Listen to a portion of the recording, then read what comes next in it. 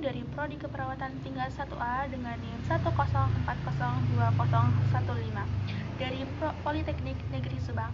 Di sini saya akan meresum sebuah buku, yaitu Pendidikan Kewarganegaraan untuk Pendidikan Tinggi, yang ditulis oleh Bapak Dr. Ujang Chandra, SSH, MH, MIP.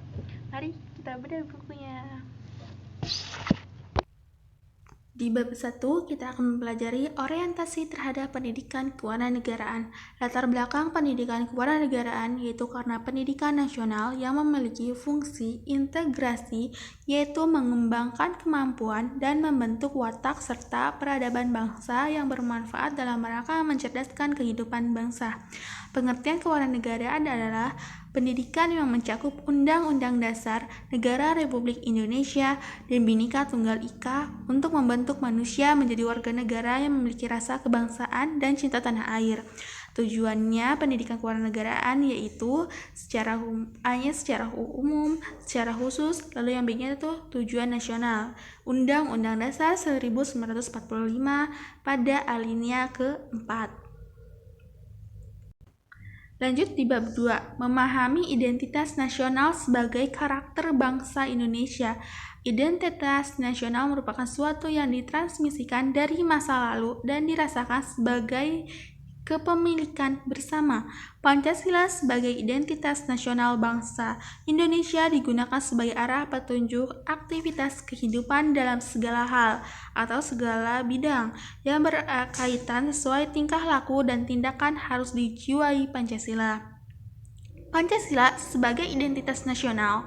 Yang pertama, jiwa bangsa, 2. Kepribadian bangsa, 3. Pandangan hidup bangsa, 4. Ideologi bangsa dan negara, yang kelima, dasar negara, yang keenam, sumber dari segala sumber hukum, 7. Perjanjian luhur, 8. Cita-cita dan tujuan bangsa, yang kesembilan, falsafah hidup yang mempersatukan bangsa.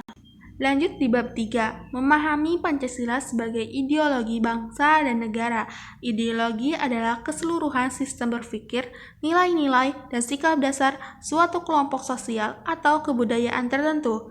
Ideologi dalam arti tersebut ditentukan wujudnya dalam ideologi negara atau ideologi bangsa. Hal ini sesuai dengan pembahasan Pancasila sebagai ideologi Indonesia. Adapun menurut Karl Marx, Indonesia adalah pandangan hidup yang dikembangkan berdasarkan kepentingan golongan atau kelas sosial tertentu dalam bidang politik ataupun sosial dan ekonomi. Lanjut di bab 4, memahami negara, konstitusi, dan warga negara. Secara etimologi, istilah negara berasal dari kata status. Statum adalah istilah abstrak yang menunjukkan keadaan tegak atau sesuatu yang memiliki sifat tegak dan tetap. Konstitusi. Pengertian constitution dalam bahasa Inggris, bahasa Belanda membedakan antara constitution dan Grundgesetz, sedangkan bahasa Jerman membedakan Grundrecht dan Grundgesetz. Warga negara. Warga negara merupakan citizen yang berartikan warga negara, petunjuk dari sebuah kota, sesama warga negara, sesama penduduk, orang tanah air, bawahan atau kaula, sedangkan warga mengandung arti peserta, anggota, atau warga dari suatu organisasi atau kumpulan. Lanjut bab 5, yaitu memahami negara hukum, hak asasi manusia, dan demokrasi. Istilah negara hukum atau rule of law merupakan suatu istilah yang muncul di abad ke-19, namun sesungguhnya konsep negara hukum tersebut sudah tercetus sejak abad ke-17 di negara-negara Eropa bagian barat. Hak asasi manusia. Menurut Miriam Budiarjon, hak asasi adalah hak yang diperoleh dan dibawanya bersamaan dengan kelahirannya di dalam masyarakat. Demokrasi. Demokrasi mengandung makna yaitu pemerintahan rakyat, dari rakyat, oleh rakyat, dan untuk rakyat. Lanjut di bab 6. Memahami wawasan Nusantara sebagai wawasan nasional Indonesia. Istilah wawasan Nusantara sebagai konsep wawasan nasional Indonesia berasal dari dua kata, yaitu wawasan dan Nusantara. Istilah wawasan itu sendiri berasal dari kata wawas yang berartikan pandangan, tinjauan atau penglihatan indrawi. Kemudian nusa yang berartikan pulau-pulau, dan antara yang berartikan diapit di antara dua hal. Adapun 6 konsep batu bangun yaitu 1.